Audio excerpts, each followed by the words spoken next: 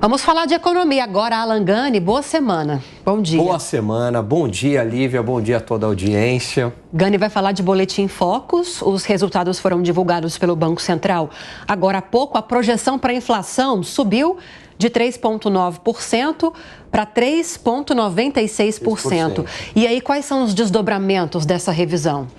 Pois é, essa maior inflação trouxe também um aumento da taxa Selic. A projeção da taxa Selic na semana anterior estava em 10,25 e passou agora para 10,5. Vamos olhar aqui na nossa tabela. Ó.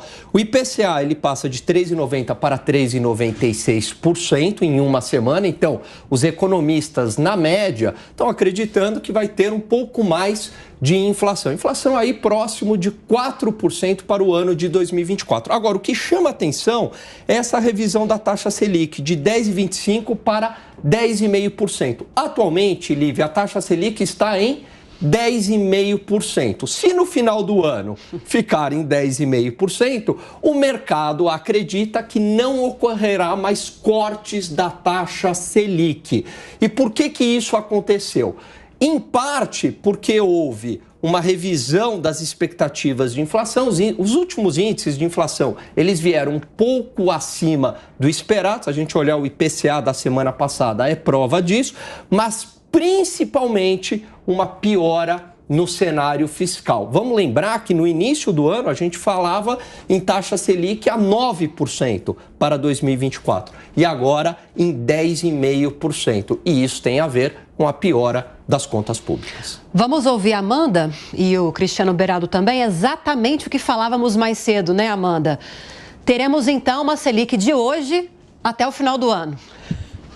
É isso, é interessante que se a gente olhar nesse quadrinho do Gani, que eu acho que é muito ilustrativo, você vê como as projeções de inflação pioraram até o final do ano e, consequentemente, as previsões da taxa de juros, da Selic, pioraram até o final do ano, enquanto o PIB subiu. A expectativa para o crescimento da economia só subiu, mostrando que a gente tem um mercado de trabalho forte, pujante, uma economia que continua respondendo a estímulos, a consumo, ao setor de serviço, ao agronegócio. A indústria andou meio parada, meio de lado no primeiro trimestre do ano. No entanto, as estimativas de inflação subiram um pouco, estão muito mais próximas a 4%, sendo que o centro da meta é de 3%. E aí é aquilo, a função do Banco Central, seu mandato precípio, é perseguir a meta de inflação, centro da meta de 3%. Enquanto as expectativas estiverem rondando ao redor, próximo a 4%, dificilmente o Banco Central vai conseguir reduzir juros. Eu acho que a grande aposta, Gani, imagino que você também esteja curioso, é para saber qual será o placar da decisão de amanhã. Se será unânime e aí, portanto, acalmará o mercado na manutenção dessa taxa de juros ou se haverá novamente uma divisão como na reunião passada. Pois é, o Brasil anda faz uma trilha bastante diferente de países como os Estados Unidos, os países europeus, o mundo que se desenvolve. O Brasil, não por acaso, está aí na companhia do Egito, do Afeganistão, do Sudão, em relação à desvalorização da sua moeda, porque o Brasil está fora desse jogo internacional. Sem investimento externo de longo prazo, o Brasil não vai conseguir superar os seus desafios.